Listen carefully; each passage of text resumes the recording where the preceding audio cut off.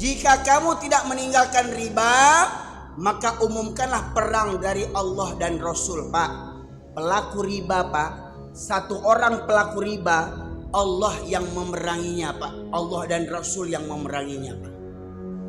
Kalau satu orang pelaku riba diperangi Allah, paling cuman dia yang korbannya, kan? Betul, Pak? Tapi kalau negara yang hutang riba, pemerintah hutang riba, yang hancur siapa, Pak? Negaranya yang hancur. Jadi omong kosong, NKRI harga mati, NKRI harga mati, omong kosong. Kalau riba tetap menjadi praktek ekonomi di negeri kita ini. Mohon maaf pemerintah, jangan marah. Saya tidak mengkritik, saya tidak mencerca, saya menyampaikan firman Allah. Saya punya Tuhan, saya punya Allah. Perintahkan tinggalkan riba, kata Tuhan saya. Bismillahirrahmanirrahim. Assalamualaikum warahmatullahi wabarakatuh. Alhamdulillah nahmaduhu wa nasta'inuhu wa nastaghfiruh wa na'udzu billahi min syururi anfusina wa min sayyiati a'malina. May yahdihillahu fala mudilla lahu wa may yudlilhu fala hadiyalah. Asyhadu an la ilaha illallah wahdahu la syarikalah wa asyhadu anna Muhammadan abduhu wa rasuluhu alladzi la nabiyya ba'da. Allahumma salli wa sallim ala nabiyyina Muhammad wa ala alihi wa sahbihi ajma'in. Qala Allah Ta'ala fil Qur'anil Karim, a'udzu billahi minasyaitonir rajim. Ya ayyuhalladzina amanu taqullaha haqqa tuqatih wa la tamutunna illa wa antum muslimun. Amma ba'du, masyaallah muslimin, Bapak Ibu sekalian, sidang jamaah Masjid Baitul Amal yang dirahmati oleh Allah.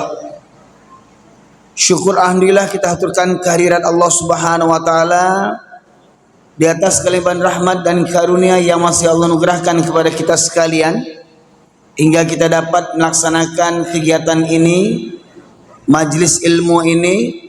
Semoga dengan kehadiran kita sebagaimana Rasulullah sabdakan, man salaka tariqan yaltamisu bihi ilman sahal tariqan ilal jannah.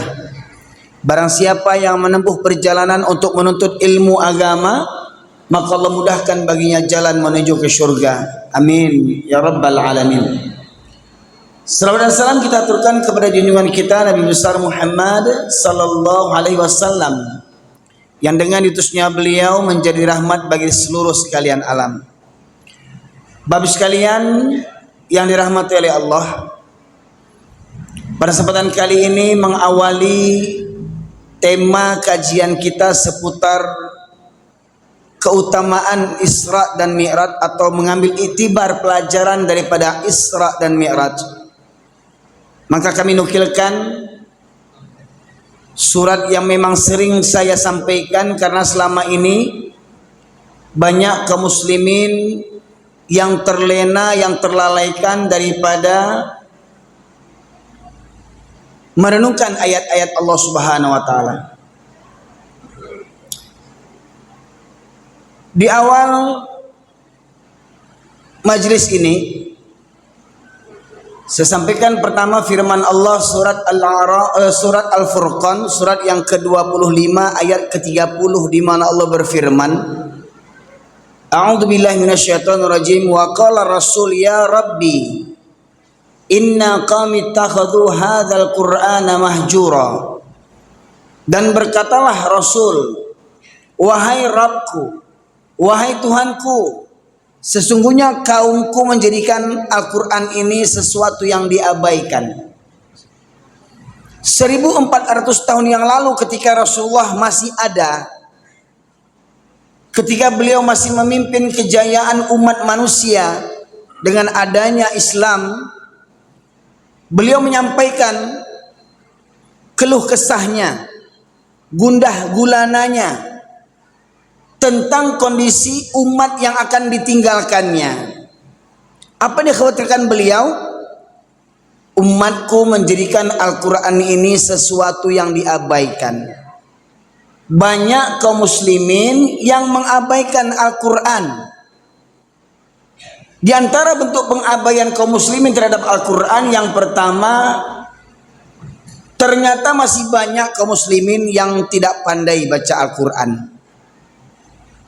Atau banyak yang gengsi belajar. Umur saya sudah 30, 40, 60 belajar Quran, yang malulah sama anak kecil. Ya. Jadi hingga akhirnya demi gengsi tidak mau belajar. Ya, akhirnya apa? Akan mempengaruhi keburukan-keburukan yang lainnya. Yang pertama tadi, ada kaum muslimin yang tak pandai baca Quran, tak mau belajar baca Quran, tak mau peduli dengan Al-Quran. Yang kedua, ada yang pandai baca Al-Quran tapi malas membacanya. Yang ketiga, ada yang rajin membacanya tapi tidak tahu artinya. Kita tahu Bapak sekalian, Al-Quran itu kan sebagai pedoman hidup. Al-Quran sebagai petunjuk. Al-Quran sumber segala hukum. Namun jangan lupa, Al-Quran itu berbahasa Arab. Kalau kita bukan orang Arab, tentu kita nggak ngerti apa artinya Al-Quran yang termaktub dalam Al-Quran. Nah, kalau kita nggak ngerti artinya, gimana Al-Quran mau jadi pelajaran bagi kita? Maka wajib bagi kita, ya, setidaknya membaca terjemahan dari lafaz-lafaz Al-Quran. Itu yang keempat. Yang kelima, ada yang tahu artinya tapi tidak mau mentadaburi, tidak mau merenungkan maknanya. Tahu arti dengan merenungkan berbeda Bapak Ibu sekalian. Kalau tahu arti hanya sekedar tahu arti bahasa. Tapi kalau merenungkan betul-betul difahamkan, betul-betul dimengerti, ya, seluk-beluknya seperti tafsirnya dan segala macamnya. Ya, mengerti dia. Kemudian yang berikutnya, ada yang mengerti Al-Quran tapi tak mengamalkan isinya. Nah, diantaranya Bapak Ibu sekalian, diantara akibat daripada mengabaikan Al-Quran, Allah tegaskan dalam surat Al-A'raf ayat 179. Ini ayat yang sering saya sampaikan karena kekhawatiran saya kepada kondisi umat Islam hari ini, banyak yang mengabaikan Al-Quran. Akibat kaum muslimin mengabaikan Al-Quran, maka Allah tegaskan dalam surat Al-A'raf ayat 179, A'udzubillahi minasyaitonirrajim. Walaqad dzara'na li jahannama katsiran minal jinni wal ins. Lahum qulubun la yafqahuna biha, wa lahum a'yunun la yubsiruna biha, wa lahum adhanun la yasma'una biha. Ulaika kal an'am bal hum adall. Ulaika humul ghafilun. Dan sungguh akan kami penuhkan neraka jahanam banyak dari kalangan jin dan manusia. Mereka yang memiliki hati tetapi tidak digunakan untuk merenungkan ayat-ayat Allah. Mereka memiliki mata, tidak digunakan untuk melihat tanda-tanda kebesaran Allah. Dan mereka memiliki telinga, tidak digunakan untuk mendengarkan ayat-ayat Allah. Ulaika kal an'am, kata Allah, mereka seperti binatang ternak, balhum adall, bahkan mereka lebih sesat dan lebih hina daripada binatang ternak, Pak Ibu sekalian. Jadi ada orang yang tidak peduli untuk mentadaburi Al-Quran ini. Tidak ada rasa rindu, tidak ada rasa takut, tidak ada rasa tunduk dan patuh kepada Allah ketika membaca Al-Quran. Akan perintah dan larangan. Perintah Allah malah ditinggalkan, larangan Allah malah dikerjakan. Ini orang yang punya hati tetapi tidak ada rasa takut akan murka Allah. Punya hati tetapi tidak ada rasa cinta yang benar-benar cinta dan rindu kepada Allah Subhanahu wa taala. Kemudian yang berikutnya, orang yang punya mata tetapi tidak mengambil pelajaran dari apa yang dilihatnya. Termasuk Pak Ibu sekalian, berkaitan tentang musibah bencana yang terjadi akhir-akhir ini, silih bergantinya musibah bencana terjadi. Itu disebabkan karena apa?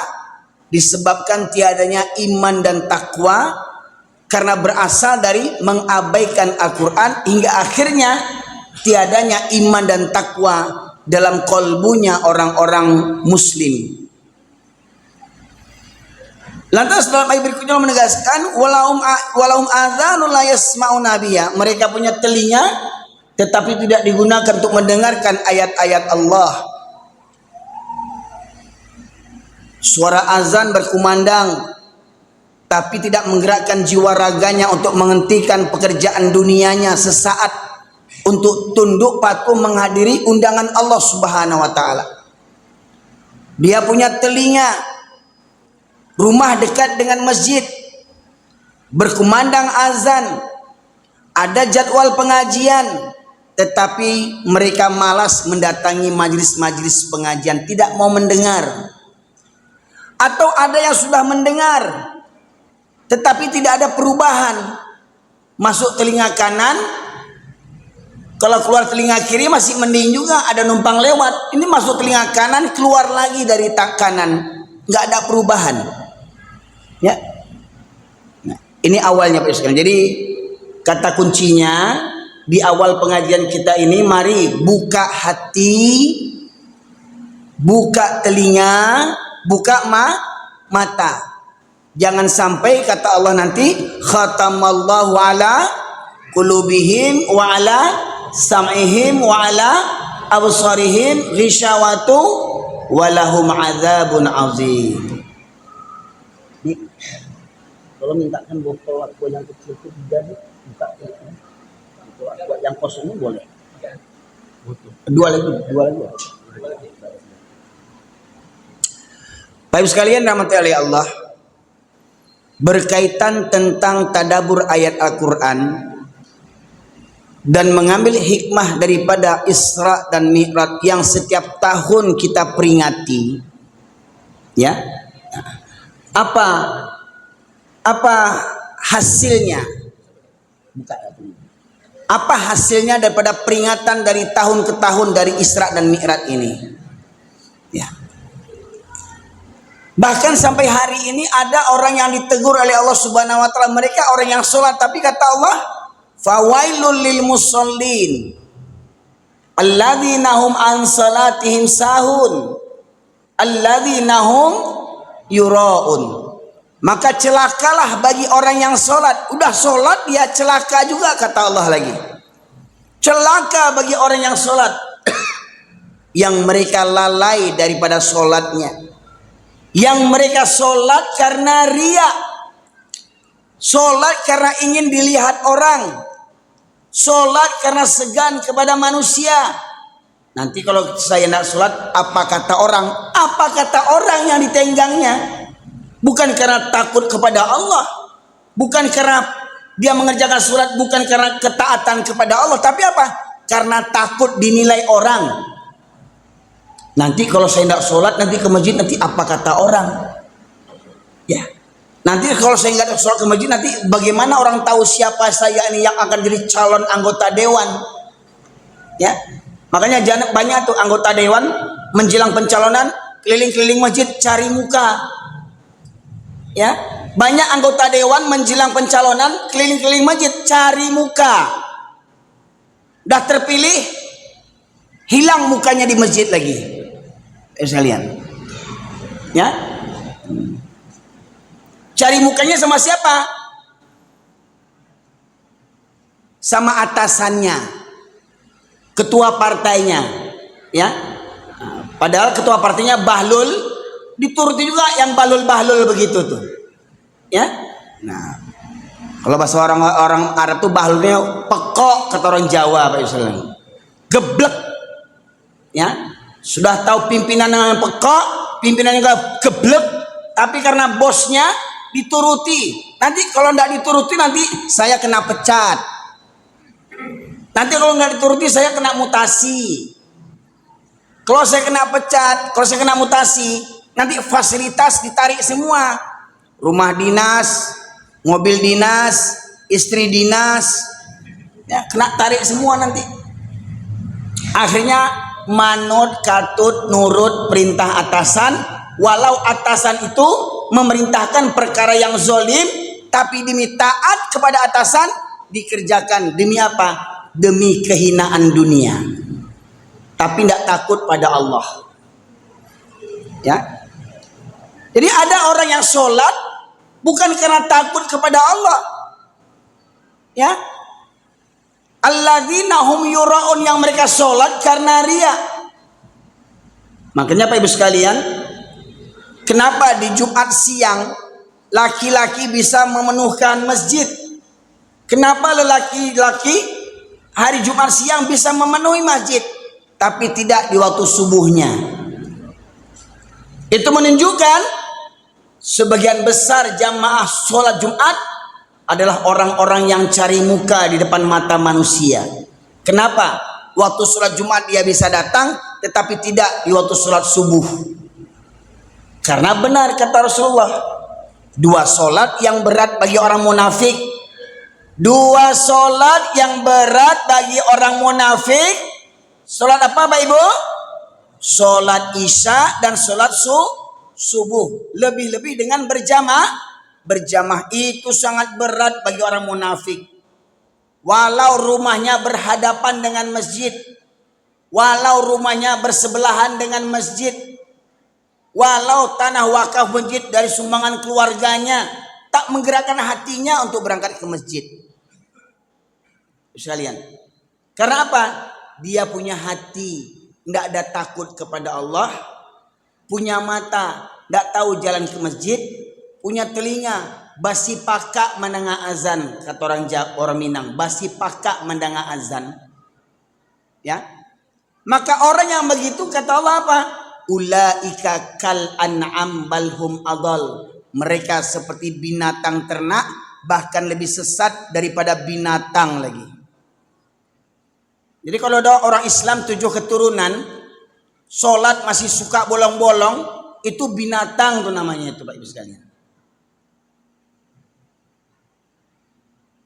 Aku mohon maaf kok kalau sabui orang Minang, berang lo orang Minang, ustadku orang Minang dia buruak orang Jawa bang dasuk sabui. Sebab yang punya falsafah adat bersendi syarak bersendi kitabullah, syarak mengatur adik memakai, itu cuma orang Minang yang punya. Ya, bapak pengurus yang orang Jember wae orang ono kayak ono falsafah yang ono tuh. Sing ono neng di Minangkabau, di luar Minangkabau orang ono kaya ngono. Ya, dia punya falsafah adat berseni syarak berseni kitabullah, syarak mengata adat memakai. Di dunia ini hanya orang Minang yang punya. Maknanya apa? Kalau orang Minang berpegang teguh kepada falsafah adat, maka niscaya orang Minang takkan ada yang meninggalkan sholat. Sepakat Pak Ibu? Jadi kalau ada orang Minang sholat bolong-bolong, itu bukan orang Minang, kabau namanya.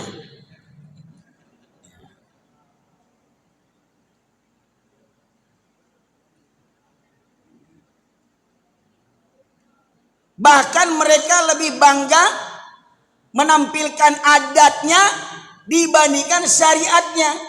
Ingat falsafahnya, syarak mangato adai memakai. Apa kata syarak itu yang jadi adat, kan begitu? Aku tabalik, syarak mangato adai nan bapakai. Apa contohnya? Berapa banyak pengantin laki, pengantin perempuan waktu pesta pernikahan tinggal sholatnya. Betul nak? Kok disuruh ya anak daro marah pulai sholat lai. Ba'a ka sholat gencu ko, ba'a make up ko, ba'a calak ko, ba'a suntiang ko, ba'a siang nyuruh kau bagencu. Siang nyuruh kau basuntiang. Menyuruh kau basuntiang itu sara atau adat? Tuh coba. Yang menyuruh basuntiang, ba make up, lahado alis mato yang asli dicukur, buat alis mata yang palsu. Bantu kuntilanak. Waktu Suzana main film Sundal Bolong dulu, sudah ada alis mata asli, ndak bersyukur, dicukur habis, dibuat macam Deddy Corbuzier. Wow. Karena itu tinggal sholat. Binatang nama itu. Kok ada pengantin laki, pengantin perempuan karena pesta pernikahan tinggal sholat pengantin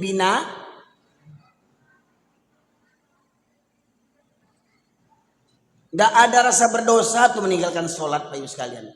Islam sudah 7 keturunan. Dianggap remeh meninggalkan sholat. Ya. Kalau dulu saya dengar-dengar di Minangkabau, kalau ada orang nikah sasuku, umpama saya nih, suku saya Tanjung nih, saya kelahiran Medan, suku saya Tanjung, ibu saya Tanjung, ayah saya Mandailing. Kedua-duanya orang tua muak asli orang Pariaman. Kecamatan Pariaman Utara, Nagari Mangguang, Desa Ampalu, Jo Tanjung Sabah. Nah, ada orang Tanjung Sabah sih kok. Orang Mangguang harus kok nak. Suku Tanjung lagi sih kok. Mandi awak kiranya. Ya. Saya suku Tanjung dari Medan lahir. Ketemu sama suku Tanjung di Pekanbaru mau nikah. Konon katanya dulu kalau di kampung nikah orang Tanjung laki-laki dengan orang Tanjung perempuan itu diusir dari kampung dulu, begitu saya dengar begitu. Ya begitu Pak? Betul? Terlepas itu halal atau haram ya. Nanti kita enggak bahas halal haramnya. Yang pasti kalau yang saya pahami itu halal. Yang saya pahami.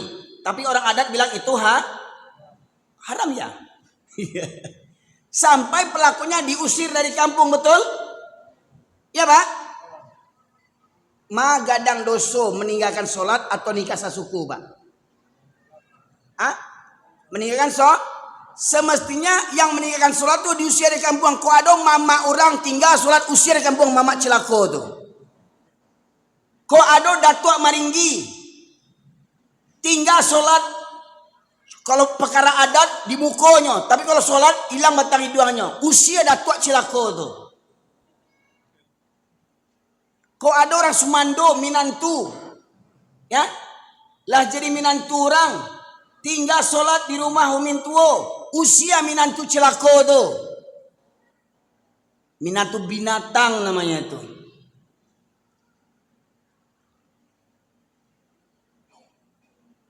Lah makin bertambah umur, makin dewasa kok makin banyak yang tele orang Islam sekarang.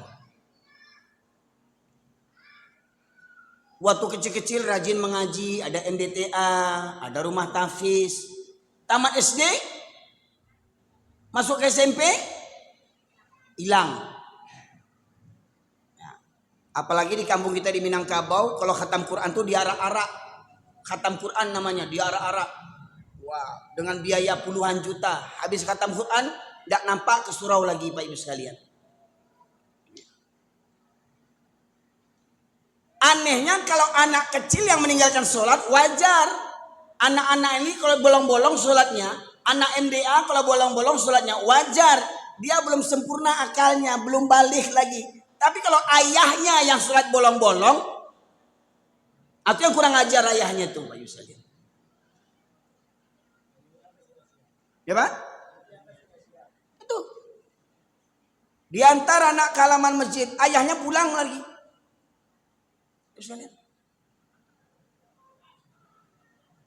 Nah, itu gambaran hari ini. Bahkan hasil survei Pak, ada sebuah lembaga survei, ya, setelah disurvei ternyata dari sekian persen umat Islam yang mengerjakan sholat itu hanya sekitar 30% yang benar-benar mengerjakan sholat. 70% lebih banyak yang tak benar sholatnya, banyak yang tak sholat. Kalau sudah begitulah kondisi, lebih banyak yang berbuat maksiat dibandingkan yang taat, maka apa kata Allah? Walau anna ahlal qura amanu wattaqau la fatahna alaihim barakatim minas samai wal ard walakin kadzabu fa akhadnahum bima kanu yaksibun. Kalau sekiranya penduduk negeri beriman dan bertakwa, maka akan kami bukakan pintu berkah dari langit dan bumi. Tetapi penduduk negeri ini mendustakan ayat-ayatku, maka kuhancurkan negeri mereka dikarenakan ulah perbuatan mereka sendiri. Kusiksa mereka, kata Allah. Kuhancurkan negeri mereka. Karena apa? karena mereka mendustakan ayat-ayatku, kata Allah. Pertanyaannya, siapa orang Islam yang nggak tahu tentang wajibnya hukumnya sholat? Ada orang Islam yang nggak tahu hukum wajibnya sholat? Sepakat nggak kita Pak Ibu sekalian, sholat hukumnya wajib? Syarat mangato adek memakai. Wa aqimus salata wa atuz zakata warka'u ma'ar raki'in. Dirikanlah salat, hukumnya tunaikanlah zakat, hukumnya rukuklah bersama orang-orang yang ruku. Kapan orang ruku? Waktu sholat. Pertama sudah disebut wa aqimus shalah, dirikan salat. Perintah yang ketiga tentang sholat lagi. Rukulah bersama orang-orang yang ruku. Apa maksudnya? Maksudnya Pak? Sholat berjamaah hukumnya wajib bagi para laki-laki. Syarat mangato. Surah Al-Baqarah ayat 43. Semestinya itulah yang jadi adat laki-laki Minangkabau. Jadi kalau laki-laki Minangkabau yang beradat masuk waktu sholat, berkumandang azan, laki-laki Minangkabau pasti ke masjid. Laki-laki Minangkabau yang mengerti dengan syarat pasti ke masjid. Laki-laki Minangkabau yang tak ke masjid itu adalah kabau berbentuk manusia. Ota yang gadang, adik basani syarat basani kitabullah, syarat mengatur adik memakai utak bentuk binatang. Tak mengerti surat berjamaah. Ustaz, itu kan khilafiyah Ustaz. Ada ulama yang mengatakan wajib, ada ulama yang mengatakan sunnah. Ingat, ulama itu bukan nabi. Bisa benar, bisa salah. Tapi Allah bisa salah. Allah pasti. Dan surat Al-Baqarah tadi 43. Dirikanlah sholat, tunaikanlah zakat, dan rukulah bersama orang-orang yang ruku. Merupakan dalil tentang wajibnya juga sholat berjamaah bagi laki-laki. Kalau cuma sekedar wajibnya sholat, untuk apa ada perintah yang ketiga? Karena perintah yang pertama tadi, dirikanlah sholat. Dah tuh. Kalau memang cukup sholat berjamaah atau tidak, ya, tidak akan ada perintah yang ketiga lagi. Warka'u ma'ar raki'in. Rukulah bersama orang-orang yang ruku. Pak Ibu, ini syarat mengatur adik memakai. Yang kedua, mana Adinda yang pembawa acara tadi? Dan keluar di kamar. Saya minta tolong Pak, ada yang membacakan terjemahan kalau bisa. Ada yang bisa membacakan terjemahan.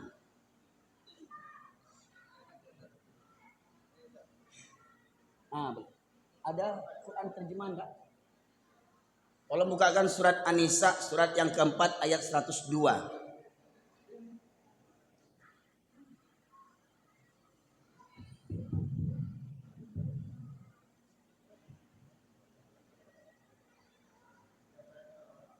Terjemahnya saja baca Pak. Boleh Pak? Ya, 102. Insya Allah saya yakin kita sudah sering baca Quran. Sudah sering khatam Al-Quran.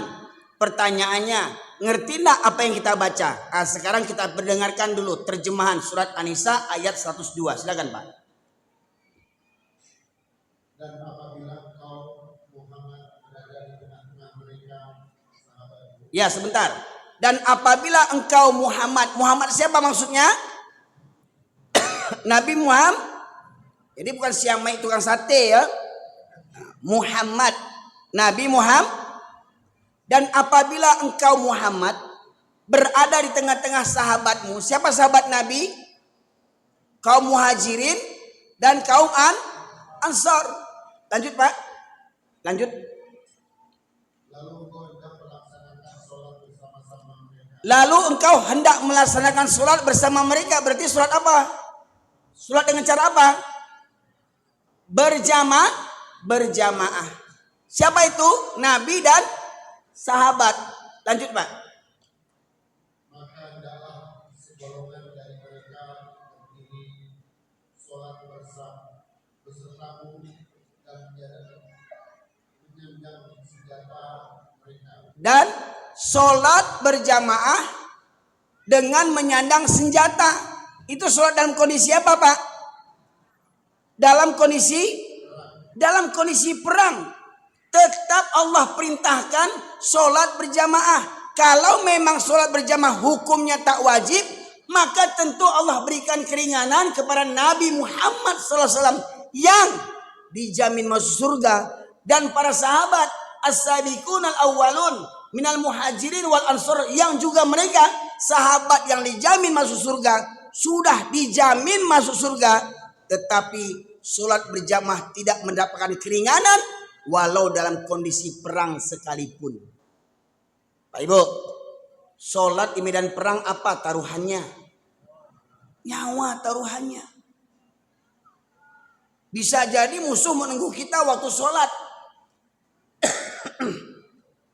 Karena mereka tahu, oh ini orang Islam, mereka pasti sholat berjamaah nih. Kita tunggu mereka sholat, kemudian kita serang mereka. Tapi ingat, Allah itu maha bijaksana. Allah itu maha mengetahui.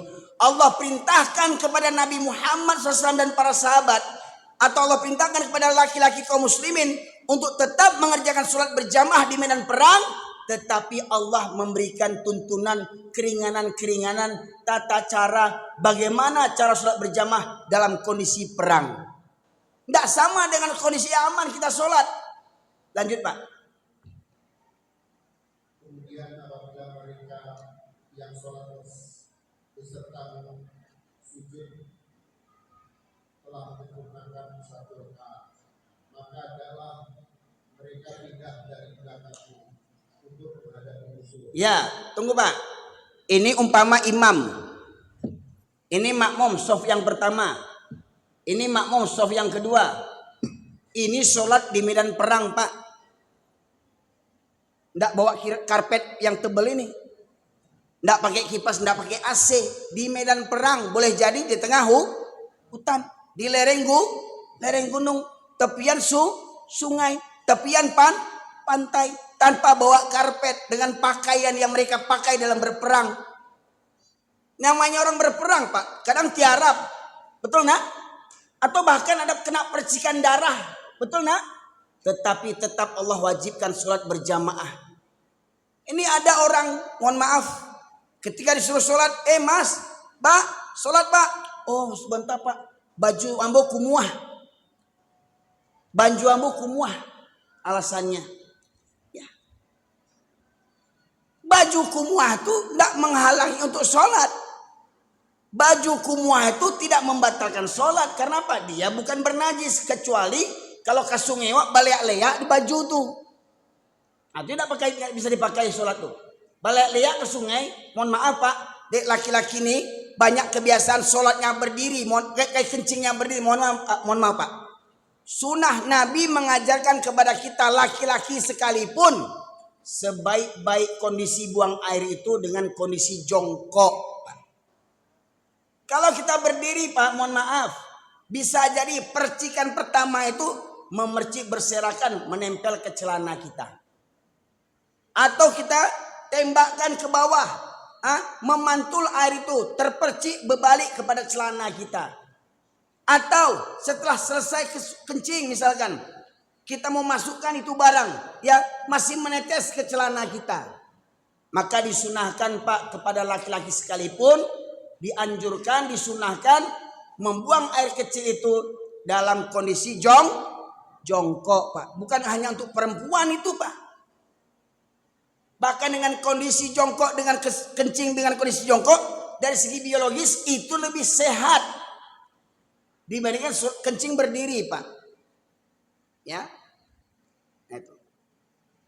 Jadi maknanya apa? Di medan perang Rasulullah dan para sahabat bajunya berdebu, bajunya mungkin kena lumpur, bahkan kena percikan darah, tetapi tetap baju itu dipakai untuk sholat Bahkan mereka sholatnya berjamaah. Apabila tadi sebutkan tadi, apabila mereka yang sholat besertamu sujud menyempurnakan 1 rakaat, hendaklah mereka pindah ke belakang menghadapi musuh. Contoh ini imam tadi. Imam sholat yang pertama, imam sholat yang kedua. Ketika imam ruku, Allahu Akbar. Makmum ini ruku, Allahu Akbar. Makmum yang ini tetap berdiri siap siaga sembari menyandang senjata, Pak. Ini Allah yang mengatur kondisi sholat darurat di medan di medan perang. Sami Allahu liman hamidah, Rabbana lakal hamd. Tetap siap siaga. Imam sujud, Allahu Akbar, Allahu Akbar. Ini tetap siap siaga dalam kondisi sholat ini. Imam bangkit ke rakaat yang kedua, Allahu Akbar, Allahu Akbar. Makmum yang tadi mengikuti imam, apa kata Allah tadi? Mundur ke belakang untuk menghadapi musuh. Lanjut, Pak. Dan hendaklah datang golongan yang lain yang belum sholat, lalu mereka sholat dengan. nah, ini yang golongan lain tuh yang tadi siap siaga yang belum ikut 1 rakaat, maju ke depan menyempurnakan 1 rakaat. Allahu Akbar. Ruku. Imam berdiri siap siaga, Pak. Imam berdiri siap siaga menunggu makmum ini menyempurnakan 1 rakaat. Dalam kondisi perang, Pak. Salat berjamaah dalam kondisi perang. Sami Allahu liman hamidah. Imam siap siaga, makmum siap siaga. Allahu Akbar, sujud. Bangkit ke rakaat yang kedua, Allahu Akbar. Baru imam memulai rakaat yang kedua. Dalam kondisi perang, Pak. Nabi yang dijamin masuk surga dengan para sahabat yang pertama kali masuk Islam tak dapat keringanan sholat berjamaah, meninggalkan sholat berjamaah walau dalam kondisi perang. Pertanyaannya, siapa kita dibandingkan Nabi dan para sahabat? Siapa tuangku ko? Tuangku bajanggui ko? Tuangku saliah ko?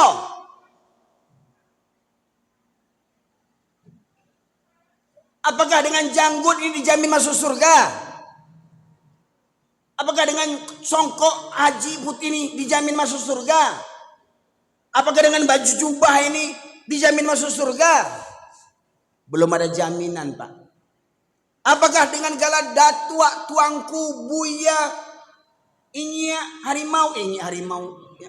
Biasa kan ini ada harimau jong ya kan. Nah, dulu cerita-cerita nenek kita kalau nenek mau ke masjid tuh inyak menjago nenek lu, si inyak tuh harimau. Dulu rupanya kakek-kakek kita sering jadi harimau. Kenapa? Kakek-kakek kita banyak setan dulu, Pak Ibu sekalian. Pakai ilmu setan, ilmu laduni, bisa tabang dia tuh hayu. Sajadahnya tabang sajadahnya. Ya, cerita bohong semua itu, Pak Ibu sekalian. Ya, dengan tasbihnya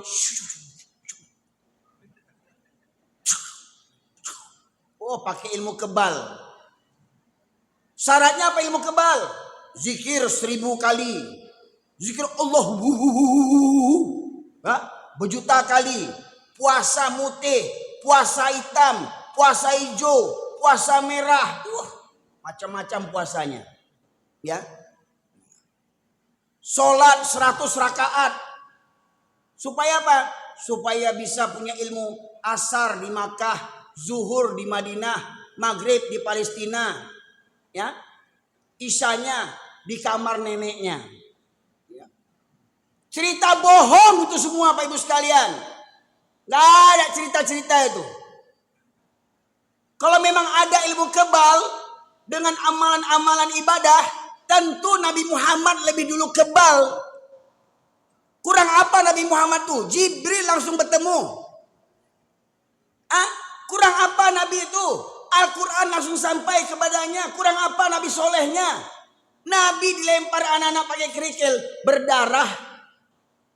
Tak sanggup Nabi berjalan lagi. Kesakitan beliau. Nabi ikut berperang, patah giginya. Kalau memang Nabi punya ilmu kebal, cukup Nabi semedi di tempat tidurnya.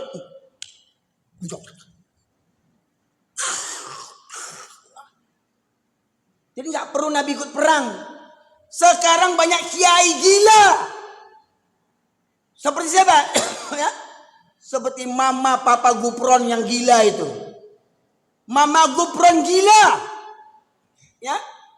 Banyak pengikutnya sama gilanya. Bayangkan, di zaman sekarang ada orang yang berkedok ulama ngaku nabi, masih ada juga yang percaya. Gebleknya bukan main. Zaman sekarang ada yang percaya kalau ziarah ke kuburan saya nanti kamu jadi wali kota, kamu jadi presiden. Masih ada juga yang percaya. Datang ke kuburan supaya hajatnya tercapaikan. Gila, bodoh, nggak hilang-hilang. Kok bisa menjawablah orang yang dalam kubur tadi tuh? Uang bengak, uang kemah. Lah jaleh ada di kubur aku ada sedang menghadapkan siksa kubur, nikmat kubur. Uang lo minta kaden jadi wali kota, lo tele uang mau je. Kok bisa dan mengabulkan anca dan jadi wali kota daripada uang lain je. Banyak tuh di kuburan-kuburan Syekh Burhanuddin di ulaan kampung saya tuh banyak tuh anggota dewan yang gilo-gilo tuh. Minta kepada Syekh Burhanuddin yang sudah meninggal dunia supaya dia bisa jadi wali kota, jadi anggota dewan. Gilo waang mah. Ya.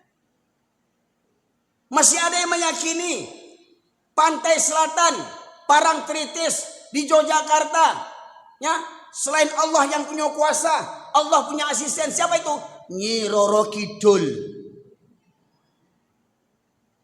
penjaga pantai selatan. Bayangkan, supaya tidak tertaji musibah, supaya tidak banyak yang hanyut, supaya hasil ikan bagus, diberikan sesajen kepada Nyi Roro Kidul. Ya, disembelih kerbau dengan kepala, dengan tanduknya, dengan matanya, dianyutkan, dipersembahkan kepada Nyi Roro Kidul. Dibuat nasi tumpeng 10 kuniang, diagiahkan Nyi Roro Kidul.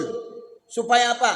Supaya pantai selatan tak bergejolak, supaya pantai selatan tak memakan korban. Ya. Lain lagi di Gunung Merapi, Mbah Marijan, syukur udah mampus dia. Ya, juru kunci Gunung Merapi. Hebat. Ya, Gunung Merapi pakai kunci. Ya, kuncinya dipegang Mbah Marijan. Mampus teot Mbah Marijan sekarang ini. Entah kemana kuncinya hilang. Ya. Bayangkan. Juga masih ada ya di daerah yang lain tuh meyakini telek kebo membawa manfaat. Telek kebo namanya kebo selamat. Ya. Ditunggu-tunggu warganya. Keluar telek kerbau itu, keluar cirik kabau tuh, barabui orang mambiak cirik kabau tuh supaya mendapat berkah cirik kabau. Bayangan tuh. Itu yang mengarajuan bukan orang Hindu, bukan orang Buddha, orang yang KTP-nya Islam. Baik sekalian. Begitu pula orang yang meyakini kalau pajang foto gurunya, kedainya laris. Kalau pajang foto kakeknya, laris. Kalau tidak ada foto kakeknya tuh nggak laris nanti. Dipajanglah foto kakek tuh. Daripada foto kakek itu mendingan foto saya. Masih muda, masih nom. Ya. Ini foto kakeknya dipajang untuk lariskan dagangan. Geblek. Andia. Kecil orang kampung ambo.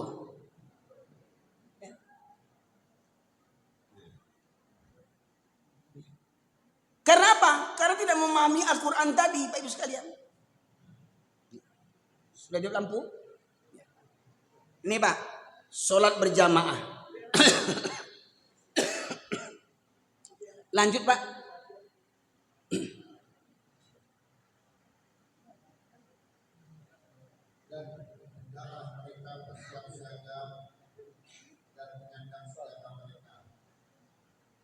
Orang-orang kafir ingin agar kamu lengah terhadap senjatamu dan harta padamu. Lalu mereka menyebut kamu sekaligus. dan mengapa kamu meletakkan senjata-senjata? Jika kamu mendapat sesuatu kesusahan karena hujan atau karena kamu sakit. Nah, di situ dijelaskan, tidak mengapa kamu meletakkan senjata-senjatamu ketika kamu menghadapi kesusahan karena hujan atau karena sakit. Maknanya apa?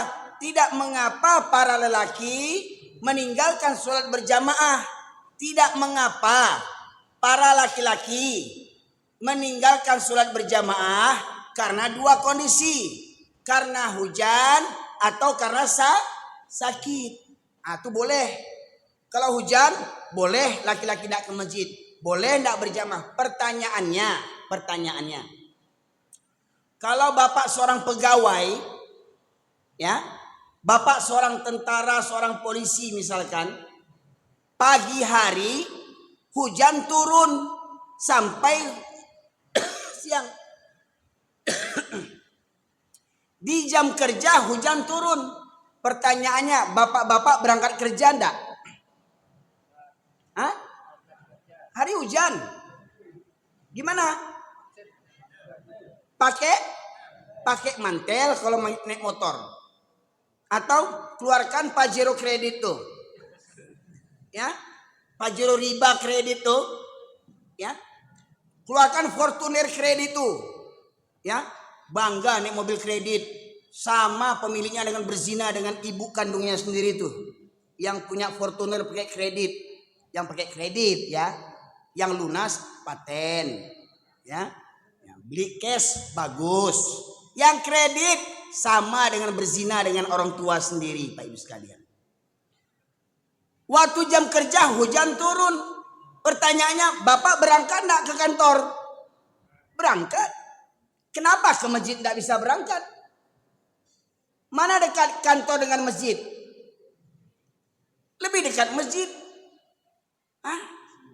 Alasan hujan. Tidak berangkat ke masjid, tetapi ke kantor bisa berangkat. Kok bisa begitu? Pertama. Yang kedua, karena sakit. Tanya pula dulu apa sakitnya. Kenapa tidak ke masjid, Pak? Sakit panau, Ustaz. Sakit panau tidak ke masjid ya? Aduh. Sakit panau tidak ke masjid itu tidak masuk hitungan. Ya. Entah kalau bapak sakit batuknya TBC.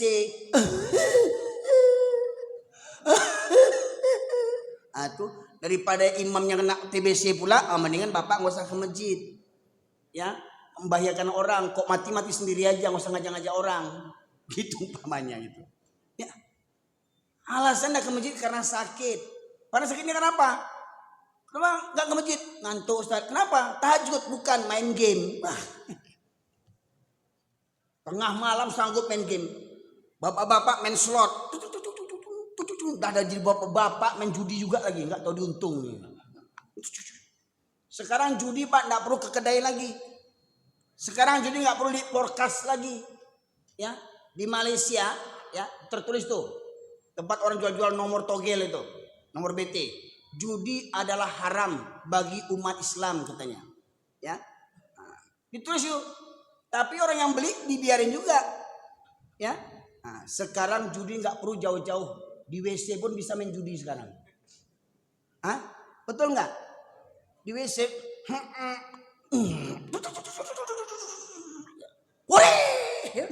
Lupa dia cebok langsung keluar. Saking senangnya. Ya.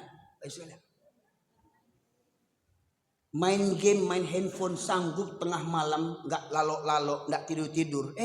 Dengar azan baru mau tidur. Dibangunkan sama orang tua, nak, bangun nak, sholat. Mak nih, orang baru mau tidur diajak sholat. Baru mau tidur diajak sholat. Ya, pertanyaannya, alhamdulillah mungkin kita sudah menjaga sholat yang laki-laki yang datang hari ini. Pertanyaannya, sudahkah kita menjaga sholat berjamaah? Karena sholat berjamaah hukumnya wajib bagi para laki-laki. Jadi Pak, kenapa saya singgung orang Minang? Karena orang Minang yang tadi punya falsafah, adat berseni syarak berseni kitabullah, syarak mengata, adat memakai, syarak mengato, solat berjamaah hukumnya itu syarak mengato, mestinya jadi adai laki-laki Minangkabau. Kolah masuk waktu solat, kolah tadanga azan, laki-laki Minangkabau yang baradai, barangke kamu saji solat berjamaah, itu laki-laki yang baradai. Kok ada laki-laki Minangkabau sholat lain tapi di rumah, itu laki-laki tidak beradat namanya. Karena sebaik-baik sholat laki-laki di masjid, sebaik-baik sholat wanita di rumah. Jadi kalau ada laki-laki sholat di rumah, itu namanya laki-laki solehah. Ya. Ini Pak Ibu sekalian. Nih.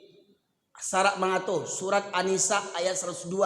Nabi Muhammad SAW dan para sahabat yang dijamin masuk surga tidak mendapatkan keringanan meninggalkan sholat berjamaah walau di medan perang nyawa jadi taruhannya, tetap wajib mengerjakan sholat berjamaah. Pertanyaannya, kita siapa dibandingkan Nabi? Kita siapa dibandingkan Nabi? Kok sombong kita malas-malas datang ke masjid? Emang ada orang dalam ke surga itu? Jangan biasa nyogok. Ya, kalau kerja biasa nyogok, jadi pejabat biasa nyogok, jadi keparat biasa nyogok. Jangan kayak kira sama-sama aja ke surga bisa disogok juga. No way. Ya. Kalau hukum di dunia bisa dibeli, hukum di dunia bisa diakal-akali, jangan samakan dengan hukum Allah. Di dunia kalian suka buat hati. Di dunia kalian suka buat undang-undang. Di dunia kalian suka buat hukum-hukum yang segendak hati kalian. Kalian legalkan kezaliman dengan undang-undang yang kalian buat demi melegalkan kezaliman kalian. Silahkan berbuat sesuka hati kalian. Tapi ingat, cepat atau lambat kalian yang buat undang-undang, yang buat hukum, yang menentang hukum Allah, cepat atau lambat pasti mampus.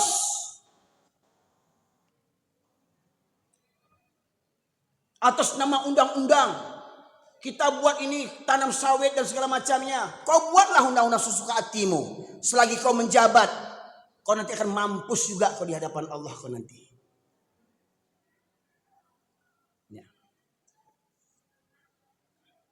Mumpung jadi pejabat, kapan lagi ada kesempatan? Ya suka hati kaulah. Seakan-akan Allah tuh tidur. Seakan-akan Allah tuh tidak ngelihat. Suka hati kau buat apa saja selagi kau bisa buat. Demi kepentingan keluargamu, demi kepentingan kelompokmu, demi kepentingan partai politik, buat. Fir'aun saja mampus sama Allah. Fir'aun saja mampus, apalagi kau yang buat undang-undang sesuka hati kau itu. Ya. Mohon maaf Pak, begini saya ngomong ini karena apa? Karena negeri kita ini hancur ini karena pejabat-pejabat zolim begitu tuh. Ya. Kita rakyat suruh bayar pajak, dia sendiri tak bayar pajak tak enggak itu. Akhirnya apa? Pegawai pajak kena tangkap sekarang ini. Ya, masih ingat si Gayus dulu, Gayus Tambunan, petugas pajak, awak peras keringat bayar pajak, dia pesta dengan pajak-pajak kita. Bayangkan,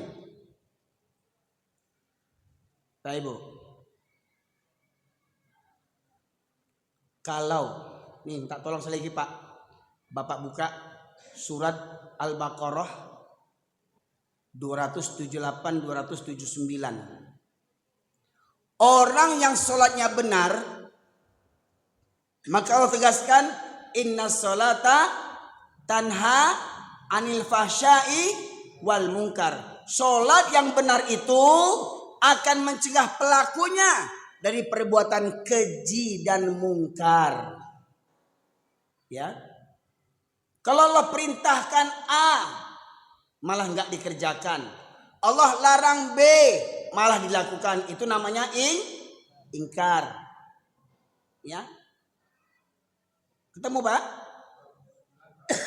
278, 279. Ya, silakan baca terjemahnya Pak, yang keras. Wahai orang-orang yang beriman, bertakwalah kepada Allah dan tinggalkanlah sisa riba. Nah, ayat ini Pak hanya untuk orang yang beriman. Yang tak beriman terus buat riba. Beli mobil pakai kredit riba, beli motor kredit riba, beli rumah kredit riba, kerja di bank riba, silahkan. Ayat ini hanya untuk yang beriman. Yang tak beriman, tidak usah dengar ayat ini. Santuang taroy. Ya, lanjut Pak. Dan sisa riba yang belum dipungut jika kamu orang beriman. Ya. Ya, lanjut ayat berikutnya. 279. Jika kamu tidak melaksanakannya, maka umumkanlah perang dari Allah dan Rasulnya. Jika kamu tidak meninggalkan riba, maka umumkanlah perang dari Allah dan Rasul, Pak. Pelaku riba, Pak. Satu orang pelaku riba, Allah yang memeranginya, Pak. Allah dan Rasul yang memeranginya, Pak. Kalau satu orang pelaku riba diperangi Allah, paling cuman dia yang korbannya kan? Betul, Pak? Tapi kalau negara yang hutang riba, pemerintah hutang riba, yang hancur siapa, Pak? Negaranya yang hancur. Jadi omong kosong. NKRI harga mati, NKRI harga mati, omong kosong. Kalau riba tetap menjadi praktek ekonomi di negeri kita ini. Mohon maaf pemerintah, jangan marah. Saya tidak mengkritik, saya tidak mencerca, saya menyampaikan firman Allah. Saya punya Tuhan, saya punya Allah. Perintahkan, tinggalkan riba, kata Tuhan saya. Kalau kalian tak bertuhan, silahkan buat riba terus. Pertanyaannya, berapa hutang riba negeri ini? Pak, berapa hutang riba negeri ini? Pak, berapa hutang riba negeri ini? Pak,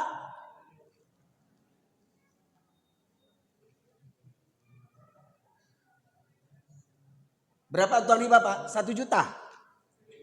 Triliunan, berapa triliun, Pak? 1000 triliun lebih. Ya Pak, lebih ya. Bayangkan Pak. Jadi negeri ini Pak sudah layak dihancurkan sama Allah Pak. Makanya jadi mohon maaf Pak pemerintah, Bapak pejabat, ya, para ulama, tolong saya tidak mengkritik apa-apa. Saya hanya menyampaikan firman Allah. Kalau dalam sebuah negeri bahkan seseorang melakukan praktek riba, jual beli dengan riba, simpan pinjam dengan riba, Allah dan Rasul yang memeranginya. Pertanyaannya, kalau negara hutang riba triliunan rupiah atau dolar, pertanyaannya, berarti negeri ini menantang perang kepada Allah. Bangsa ini menantang perang kepada Allah. Menunjukkan solat kita tak ada manfaatnya, Pak. Solat rajin, riba kerja juga terus. Ulama banyak, tapi ulama diam. Banyak ulama penjilat, tak berani mengingatkan penguasa yang zalim, yang mempraktekkan hukum riba. Dan ingat,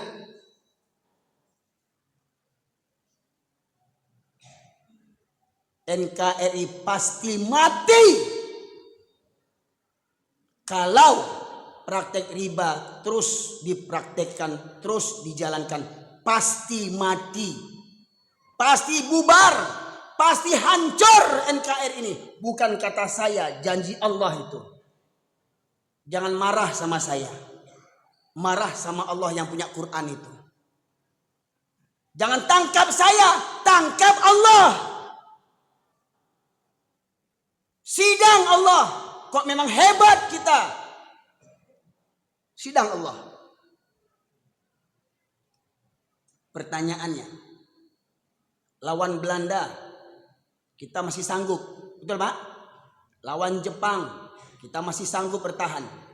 Lawan Nika, Portugis kita sanggup.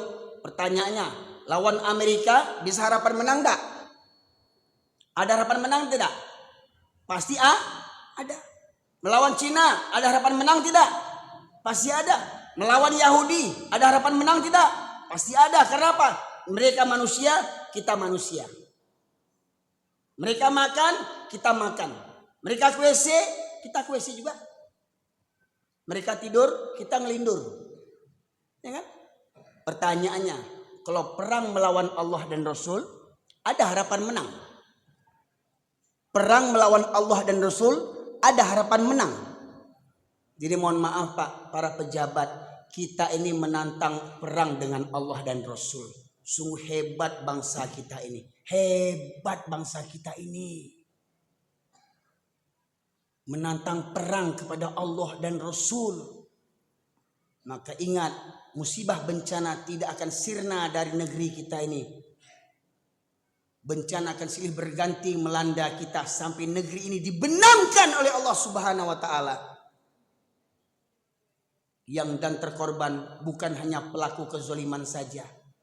Orang-orang soleh, para ustadz, para ulama, hafiz Quran, ahlul Quran, ahli ibadah, tetapi hanya untuk dirinya sendiri, tidak beramar ma'ruf nahi mungkar, tidak mengingatkan penguasa yang zalim. Maka ulama-ulama ini pun akan pertama dicampakkan ke neraka oleh Allah Subhanahu wa taala. Ulama penjilat.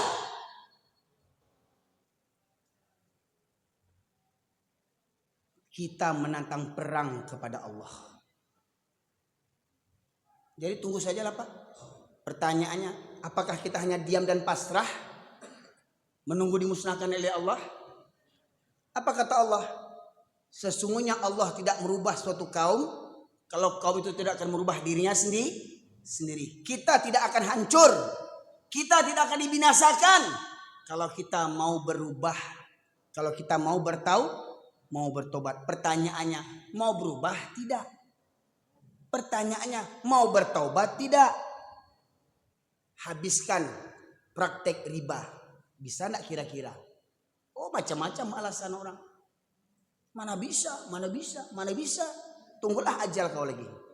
Tunggulah mampus kau sudah nih lagi. Kenapa saya bekau-kau Pak? Karena orang yang sudah keras hatinya Pak, itu susah dipahamkan. Buka Pak surat Al-Baqarah ayat 74 Pak.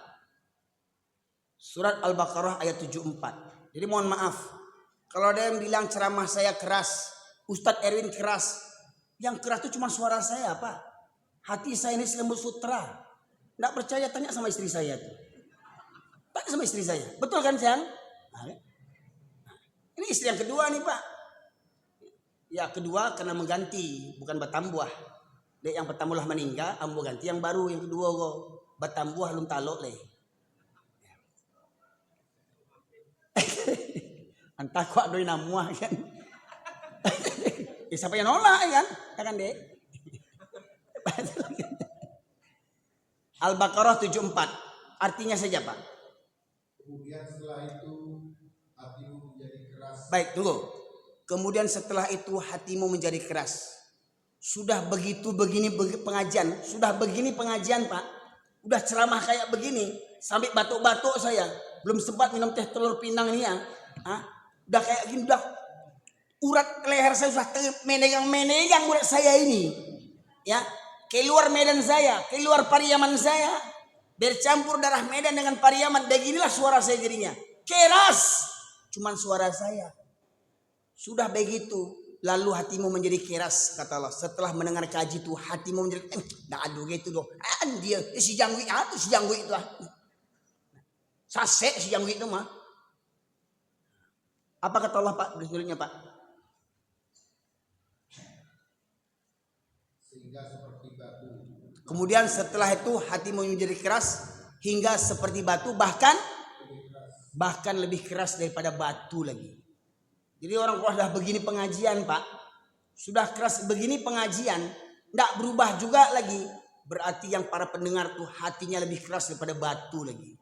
Besok Pak, kok ada bapak-bapak ini yang datang sekarang, tidak ke masjid juga besok subuh nih ya, berarti hati bapak tuh yang kayak batu, keras daripada batu. Dah begini pengajian, udah batuk-batuk saya, tidak juga subuh ke masjid, Hati bapak keras daripada batu lagi. Bukan gaji saya yang keras.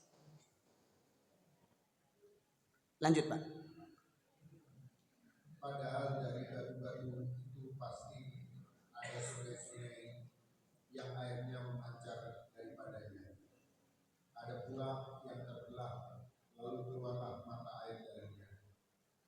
Dan ada pula yang meluncur jatuh karena takut kepada Allah. Pak, bahkan ada batu yang meluncur jatuh karena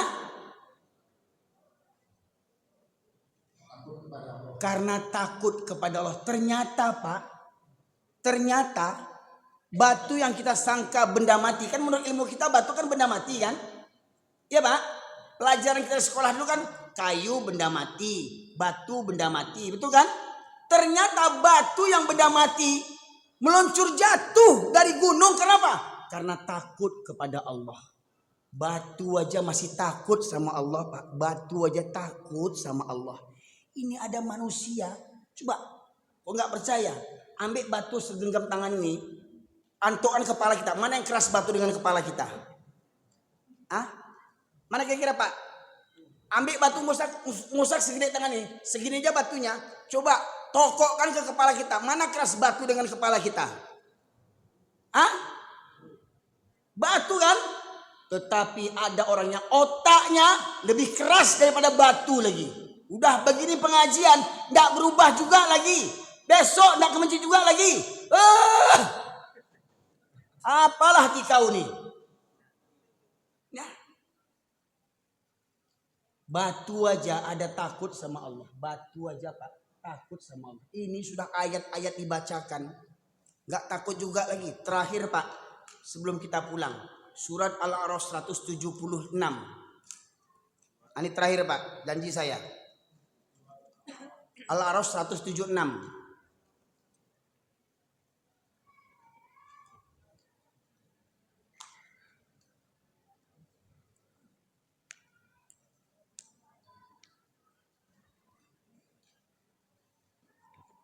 Jadi memang sengaja saya Pak suruh ada jamaah yang membacakan terjemahan supaya nanti Bapak jangan salah paham. Ustadz Eri itu kareh kajinya, binatang-binatang dibaconya, bekas kareh watinya, bukan dari Ambo tuh, dari Quran. Ketemu Pak? Surat Al-A'raf ayat 176. Silahkan Pak. Dan sekiranya kami menghendaki niscaya kami tinggikan derajatnya dengan ayat-ayat itu. Tetapi dia cenderung kepada dunia dan mengikuti keinginannya yang rendah. Sebentar Pak. Apa kata Allah? Kalau kami menghendaki, kami tinggikan derajat mereka dengan ayat-ayat itu. Inilah Pak yang meninggikan derajat kita. Allah tinggikan derajat kita, Allah muliakan kita, bukan kita dikasih pangkat, bukan kita dikasih harta, bukan kita dikasih kekayaan, bukan kita dikasih ketampanan, kecantikan, bukan itu mulianya kita. Tetapi dengan apa? Dengan memahami Al-Quran dan mengamalkannya. Disinilah letak kemuliaan kita. Namun banyak manusia mengabaikan Al-Quran. Ya, mereka cenderung kepada dunia dan menemukan hawa nafsunya yang rendah. Tidak mau ikut Al-Quran, tidak mau ikut aturan Al-Quran, buat aturan sendiri, buat undang-undang sendiri yang bertentangan dengan Al-Quran. Kenapa? Merasa lebih adil, merasa lebih bijaksana. Oh, hukum Allah kejam. Masa berzina dirajam, masa pencuri dipotong tangan, hukum Allah melanggar hak asasi manusia. Manusia kurang ajar itu namanya Bapak Ibu sekalian.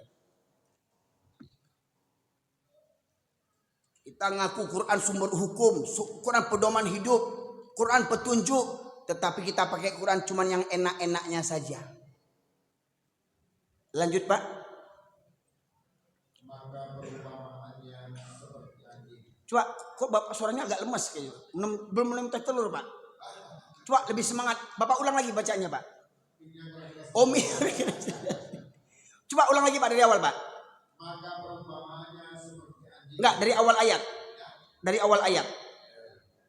Dan sekiranya kami menghendaki, niscaya kami tinggikan derajatnya dengan ayat-ayat itu. Tetapi dia cenderung kepada dunia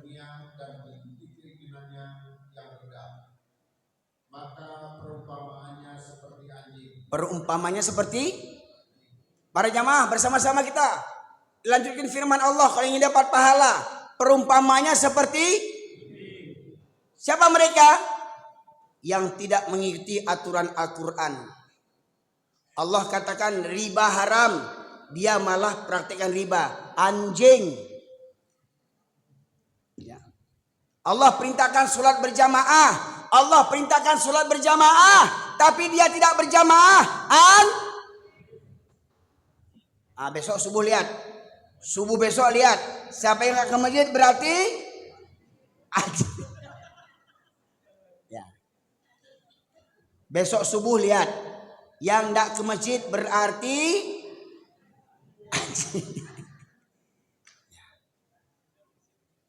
keras kajian ini Pak.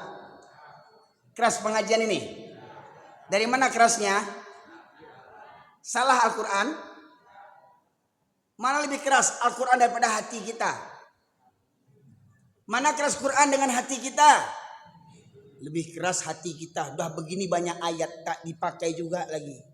Katanya, "Dzalikal kitabu la raiba fihi hudal lil muttaqin." Lanjut Pak. Lanjut. Maka perumpamaan Ya memang enak Pak. Pulang-pulang Pak. Maka perumpamannya. Ya. Memang enak baca ayat itu Pak. Ya. maka perumpamaannya seperti anjing. Ya. Jika kamu menghalaunya, dijulurkan lidahnya, dan jika kamu membiarkannya, ia menjulurkan lidahnya. Nah Pak, perangai anjing itu Pak diusir dengan enggak, menjuru juga lidahnya. Anjing. Perangai anjing tuh dikasih nasihat dengan enggak, sama aja anjing itu enggak berubah-ubah juga. Anjing tuh dikasih nasihat enggak berubah juga dia. Anjing itu diceramahi baca Quran dengan enggak akan berubah anjing itu sebab dia anjing. Ya. Jadi kalau ada orang dengar ceramah begini keras kata orang enggak berubah juga lagi, lebih parah daripada anjing lagi dia itu. Ya. Jadi anjing tuh kalau besok enggak berubah juga lagi, memang anjing lah tuh. Subuh besok nggak ke masjid juga lagi. Subuh besok laki-laki ini nggak ke masjid juga lagi. Itu nasabah anjing tuh. Kecil siapa? Kecil Al-Quran. Cuman orang mukuamur tandu. Ditandunya mukuamur. Oh, kau nak usah anjing kau teh. Awak itu panjangnya. Kajinya anjing juga kajinya teh. Ustad anjing kau mah teh. Iya Pak, ambo di kampung dapat penghargaan ambo. Kampung ambo di Pariaman, ambo orang Pariaman, aku baga orang Pariaman kok mah. Dapat penghargaan ambo di orang kampung ambo tuh. Ditanya orang, siang aku bah jawab biswa, Ustaz Erin, oh Ustaz anjing tuh ya. Bagi ambo santai aja kali. Biar seluruh manusia mempanjang ambo, biarlah asal jangan Allah yang mempanjang. Aguno jadi pejabat dipanjang di Allah. Aguno orang kaya dipanjang di Allah yang mempanjang. Aguno Pak. Manusia menyanjung-nyanjung awak. Oh, Pak Erwin. Tapi di mata wang anjing ke Allah. Aguno le. Biarlah orang sekampung mempanjang ambo, biarlah. Santai jawab lain. Asalkan jangan Allah yang mempanjang awak. Betul Pak? Lanjut Pak. Demikianlah perumpamaan orang-orang yang mendustakan ayat-ayat kami. Maka ceritakanlah kisah-kisah itu agar mereka berpikir. Nah, ceritakan kisah-kisah itu ada perintah kata dari Allah. Ceritakan kisah itu, wajib menceritakan kisah orang yang seperti anjing ini Pak. Agar mereka jadi ayat ini hanya untuk orang yang punya pikiran. Hanya untuk orang yang punya otak. Yang tidak punya otak, lo sedang ngaji kok. Kok kaji tinggi kok, hanya untuk yang punya otak aja yang paham kok. Yang tidak punya otak, berang seorang je lah. Yang tidak punya otak, banci seorang je lah. Yang tidak punya otak, muak seorang je lah. Ya, banyak-banyak pergi ke rumah makan Padang, makan otak. Ya. Jadi ayat ini hanya untuk orang-orang yang punya akal biar berpikir. Ya, Yang nggak berpikir berang-berangnya kurang aja si Erwin kok di mana kampung di mau rumahnya kok. Ya. Nah, Bapak Ibu sekalian. Nah demikian para jamaah sekalian. Setiap tahun kita memperingati Isra dan Mi'raj. Apa hasilnya? Mohon maaf Pak, jamaah subuh kita berapa soft jamaahnya Pak? 1, 2, 3, 4 laki-laki. Oh laki-laki 2 saf, 2,5. Perempuan? Hampir 2, berarti imbang. Ya, nggak bisa dong double kita punya suami punya istri. Ya, satu orang satu istri. Nah, jadi hari Jumat Pak, gimana hari Jumat? Full sampai ke atas, sampai keluar. Hari Jumat penuh sampai keluar, betul? Subuhnya 2 saf, sisanya kemana subuhnya? Anjing.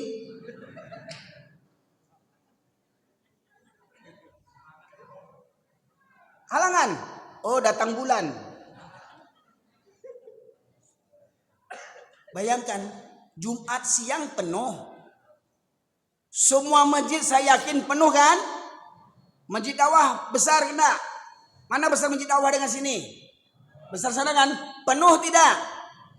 Masjid yang lain penuh tidak? Semua masjid Jumat siang penuh betul? Jumatnya kemana?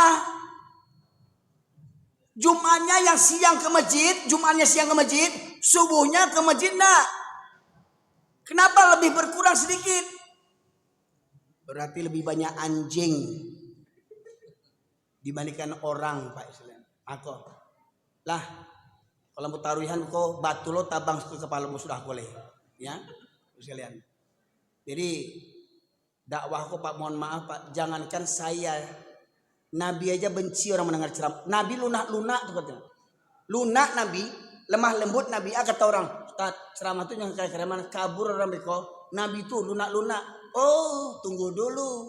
Bapak tahu lunaknya saja Nabi itu memang betul lunak Nabi. Tapi apa kata Nabi? Kalau aku dapati ada laki-laki masih berada di rumah, sementara komat sudah dikumandangkan, apa kata Nabi?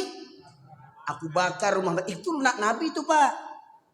Kalau ada laki-laki masih di rumah, di masjid sudah komat, bapak ke masjid, anak laki-laki bapak di rumah, rumah bapak layak dibakar. Jadi besok Pak ke masjid, jangan bapak sendiri yang ke masjid. Bawa anak, bangunkan, susahnya bangunkan. Kalau perlu usir dari rumah, nggak mau kau dengar kata ayah, angkat kaki kau dari rumah ini. Di rumah ini ayah yang bos. Ayah presiden, ayah yang bayar uang makan kau, sekolah kau, ayah yang membesarkan kau. Kau dengar kata ayah. Kalau nggak kau dengar kata ayah, angkat kaki kau. Berani nggak gitu? Beko Ustaz, abi anak awak, buat anak baru lagi. Bini yang boleh menopos Pak, ganti yang baru. Cameh bulu. Asal Pak le talok jo le. Nah, banyak-banyak nyom teh talua pinang gua. Makasih ya Pak. Masya Allah. Demikian para jemaah sekalian. Semoga bermanfaat. Dan ingat, bukan saya ingin mari Arya enggak. Sengaja saya ceramah bantu kau supaya tersentuh hati kita yang paling dalam, tersentak gitu. Ya. Dan semoga kajian ini sampaikan kepada keluarga kita. Jangan sampai ayahnya rajin ke masjid, anaknya dibiarkan tidur. Ingat, Bapak akan dimintai pertanggungjawabannya. Semoga yang datang hari ini semuanya adalah laki-laki sejati, manusia sejati, yang tergugah hatinya ketika Allah memanggilnya. Allahu Akbar, Allahu Akbar, hayya 'alas shalah, hayya 'alal falah, as-salatu khairum minan naum. Tapi bila besok subuh nggak datang juga, berarti bapak yang memilih diri sendiri menjadi anjing di hadapan Allah Subhanahu wa taala. Demikian saja. Terima kasih atas segala perhatian. Mohon maaf atas segala kekurangan. Subhanakallahumma bihamdika asyhadu an la ilaha illa anta astaghfiruka wa atubu ilaik. Alhamdulillahirabbil alamin. Assalamualaikum warahmatullahi wabarakatuh. Baik, para jemaah sekalian,